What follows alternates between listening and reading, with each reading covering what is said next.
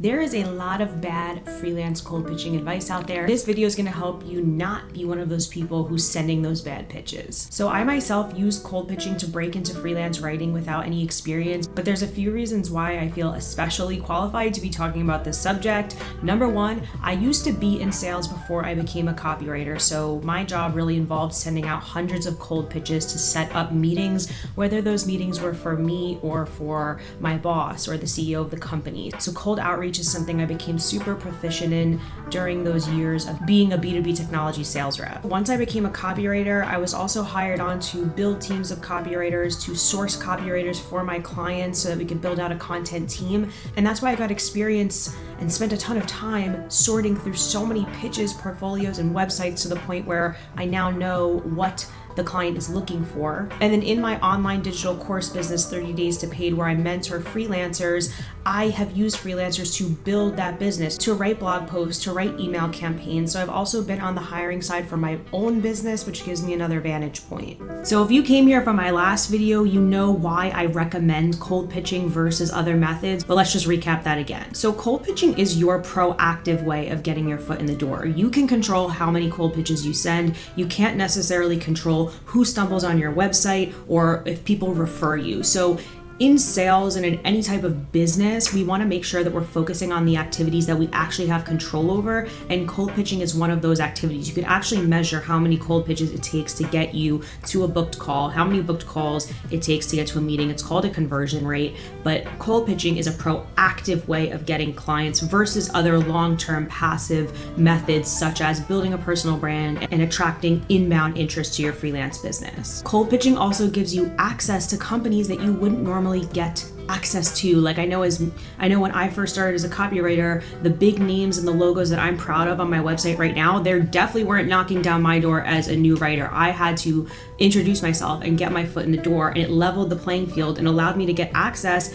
to those big clients even though I had no experience. That was how I got my foot in the door, was through cold pitching them, and that's what I'm going to teach you in this video. Now we have to cover what makes a cold pitch effective. That's really important. But before I get into that, my name is Christine from paidcopywriter.com. I'm a full-time freelance writer who mentors other freelance writers via my digital course, 30 Days to Paid, and my community, the #PaidWriters community. The purpose of this channel is to help anyone who's not happy in their current career transition to a full-time freelance career that is fulfilling, that allows you to work on your own schedule, that gives you time and location freedom. So the first thing that makes a cold pitch effective is whether it is personalized and contextual. Generic one-size-fits-all pitches are really easy for clients to just skip over and delete, but when we see that stuff is personalized and tailored toward us, we're just more likely to pay attention to it. So in your pitch, if you can prove that you have a vested interest in their company, they're more likely to respond. It's kind of like how when you're in a job interview and they're like, so why do you want to come work for us? And that's the job interviewer's way of saying, hey, are you just like scouring the streets trying to get anybody to employ you? Or do you actually want to work here? Do you care about my brand? And if so, why? That's why they ask that question, and you also need to prove that in your pitch as well. Also, mentioning something personal about their brand will really help you stand out because it will show that you did some research on them and that you care about them. And don't stress out over this, because I think a lot of people get confused. A lot of writers will write me and say like, I thought I had to open my pitch this way and I felt sleazy because I felt like I was lying. It's not necessarily that you have to create something like so authentic and unique in that pitch, but it has to prove that you know who they are, you've familiarized yourself with them and the industry, and that you're not just sending blanketed messages. You don't need to do in-depth research, but even just mentioning a podcast episode that you listened to that they're in, or you notice that they posted a blog post or a reel or something impressive that shows, hey, I'm reaching out to you for a reason. The other thing you need to do is make sure your pitch is succinct. So you want to stay away from really long, rambling, detailed pitches, because most likely client, it's just how we are today. They're not going to have time to do like an in-depth deep dive into paragraphs and paragraphs of writing.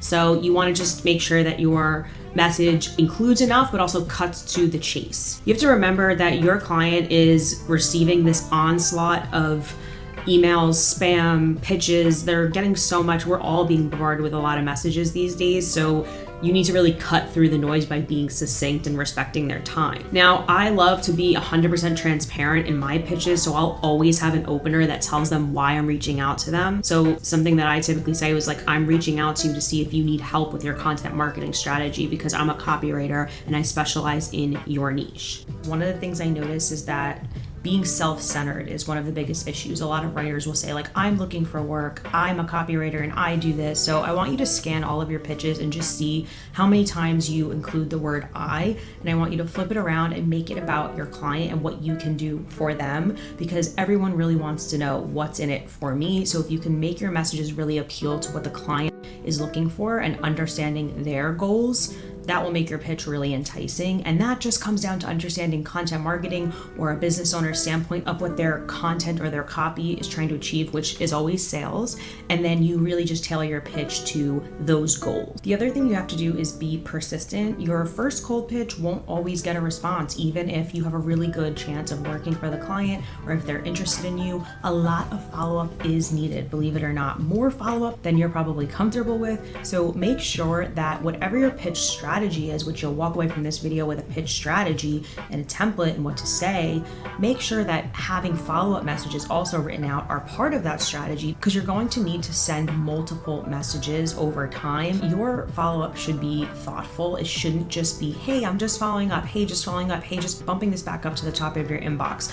I have an entire module within 30 Days to Paid that covers follow-up strategy, what to say, how to come up with ideas for what to say. But just for the sake of this video, know that the goal is to provide value in your follow-up. Instead of just pestering them and saying, hey, just following up, just following up, just following up, you want to continue to add value in your follow-up by bringing new ideas to them or proving why you're worthy of working for them. You want to give them more ideas and provide value. Now, every cold pitch should be personalized, but this is also a numbers game, so you really can't do an in-depth personalized pitch for every single client. So you want to prepare your message template in advance and then customize certain parts of the message for each client. Sometimes I see people that I reach out to and I will write them a 100% original message because it's something relevant or something that was on my mind that I can connect with them about, but mostly you want to stick with a messaging framework that will allow you to swap out certain parts and personalize it to that prospective client that you're pitching. So if you participated in one of my last live events, which is the Freelance Fast Track Challenge, I hold that probably twice a year.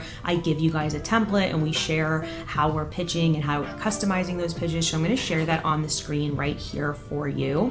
It's from the workbook from the Freelance Fast Track Challenge. By the way, definitely look out if you're on my email list. I give updates on when the next challenge will be. A lot of people will find clients just from taking that challenge, so look out for that. But while there's a ton of free templates online and people give templates to freelance writers, the key to not spamming the internet with the same pitch, to everybody and having these clients get really jaded because they keep seeing the same pitch. The key is to understand what makes a cold pitch effective. What are the effective components of what makes a pitch, stop the scroll, what makes people open a pitch, what makes a pitch catch somebody's eye. When you know those components, you don't need to go so by the templates. You can actually customize it, make it sound more natural to you. Whenever you're using templates, I really recommend that you infuse your own personality into that template so that it sounds more like you, how you speak, and it's also appropriate to the end client. So number one is to get your own email domain. You definitely want to come across as professional. Having a, writerraquel@gmail.com is not going to be the same as having your own end domain name that you purchased and paid for, because it just signals that you are a professional business versus someone who's maybe just doing this on the side. Again, not a total deal breaker for pitching, but something that will add to your credibility for sure. You also want to make sure that your website is in order. And if you've never built a website before, don't worry. It's really easy nowadays. There's a lot of drag and drop solutions. I know that people were recommending when I first started out to go on WordPress and build a website, and I actually couldn't figure that out as someone who had never built a website. So getting like a Weebly drag and drop builder was my first provider. I now use Showit because It is more expensive, but I needed that little upgrade and a fancier template for where I am in my business right now. But I learned the fundamentals on Weebly. I used Bluehost as my hosting. So keep in mind that you can have like a low cost, easy to use website, and that a website is actually important to presenting yourself professionally. Again, is it an absolute deal breaker? No, but if you're not getting responses to your pitches and you're feeling like you're having a hard time presenting yourself online professionally and getting responses, you need to look at how you're showing up online. And a big part of that and building credibility and establishing yourself is having your own website. So don't be afraid to invest in something like that. Now, here's where we get into the nitty-gritty of actually pitching. You're going to want to choose your primary platform, your main method of communication. Now, can you use multiple platforms? Absolutely, but you have to understand that spreading your energy and spreading your efforts thin on so many different platforms really dilutes your results. What I personally did, and what I advise the students in my course do, is choose one platform, double down on it, and then mix in methods as we go. For example, my main platform and really where I've built my entire business has been LinkedIn. So LinkedIn is really good because I find there's higher quality clients on there. It's easier for me to find people to pitch. It's definitely different from Upwork, where you're competing against so many freelancers and it's a bit saturated on there, it's a bit crowded on there, and it's a freelance specific platform, so you're going to be clearly competing with a bunch of freelancers. Now, a lot of freelancers don't use LinkedIn necessarily. It's not the go-to just by way of it being for every profession. It's not a freelance specific platform, but it is where businesses are. It's where professionals are. Therefore, you're able to pitch someone without getting their email address, which is time consuming. When I first started as a freelancer, I definitely went the email route because, like I said earlier, I was in sales. So we cold emailed, we cold called, we cold emailed, and we did drop bys in person. But email was the primary way of me booking meetings. So when I became a freelancer, I heard that other freelancers were getting business through cold emailing. I tried it. I didn't find much success with it. Maybe I sent about 200 emails and it was very time consuming. I didn't get great results. And then I realized I could utilize LinkedIn and just message people directly on there instead of trying to track down and guess their email address, which half the time wasn't even correct. Now, you want to have your social media profiles optimized. That's another huge part of this, because while you're putting in the effort, while you're pitching, while you're putting your feelers out and expanding your network, people are also going to be finding you. And what they find is really important. Just like your website, when they get that pitch and they want to learn more about you and see your portfolio, they're going to go to your website. Same with your social profiles. You want, when somebody gets your pitch, to go to an optimized profile that says all the right things and is tailored to that person. It's really important for that initial gut instinct, that initial first impression, to be something that hooks the prospect, the prospective client that you're pitching. If they see something that appeals to them, they're more likely to respond to you. That's why I mentioned in prior videos how important choosing a niche is, because you can just target that copy, that website, that social profile, whatever it is, you can target it to the client. So you're going to want to create a professional profile that's tailored to the client, and you're going to want to create an optimized profile that showcases your skills, your qualifications, your work, any certifications or awards you might have, anything that's going to bolster your presence. You're also going to want to include keywords. So every social platform has their own way to have keywords, whether it's the bio section of your Twitter account and the post that you're making with the hashtags. I know LinkedIn has specific skills that you can rank for. Something I specialize in is helping you create a search optimized LinkedIn profile with strategically placed keywords in the places and the areas where the algorithm measures it most. So just make sure that you understand best practices for whatever platform you're on, and you're inserting those keywords so you're discoverable on whatever the platform is. Now, once you have your 1 to 2 platforms that you're going to use, I know for me, like LinkedIn and email are key, and a lot of people will ask me like, well, do you do cold emailing, and how do you use cold emailing if so? My strategy with emailing is that once I make contact with somebody on LinkedIn, I'll typically try to continue the conversation in email, especially if they fall off. Like a lot of the time I get someone's initial interest in a cold pitch and then they go ghost, and I guess my messages get lost in the shuffle. So once I track down their email, it's just like now I'm showing up in 2 different inboxes. Now you have to move on to making a list of your ideal companies and people you're going to pitch. This is probably the most confusing part for so many freelancers. It's where I spend a lot of time in my course, because students will say to me, I know what I want to do. I kind of understand the companies I want to reach out to and write for, but like, who do I reach out to? How do I find them? And I have a whole video on like specific titles and people to target, but list building is something, again, that I learned in sales. It's basically creating a list of companies that are in your ideal wheelhouse. These are the companies that you would like to write for.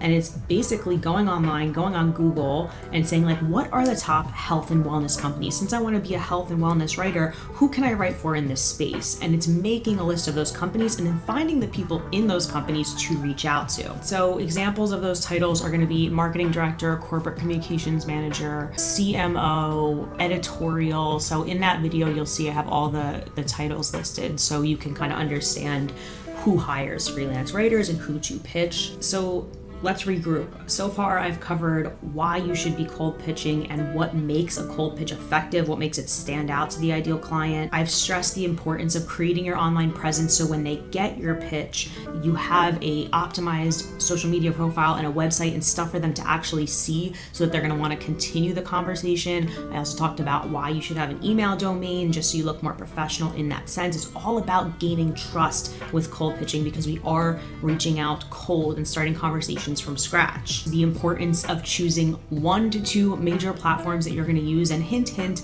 choosing that platform is really going to come down to who you're trying to target. Let's say you're trying to target fitness professionals and you want to write for them. They're going to be really active on Instagram and you might want to use Instagram outreach. Or maybe you know that in your industry, cold emailing is really the way to go.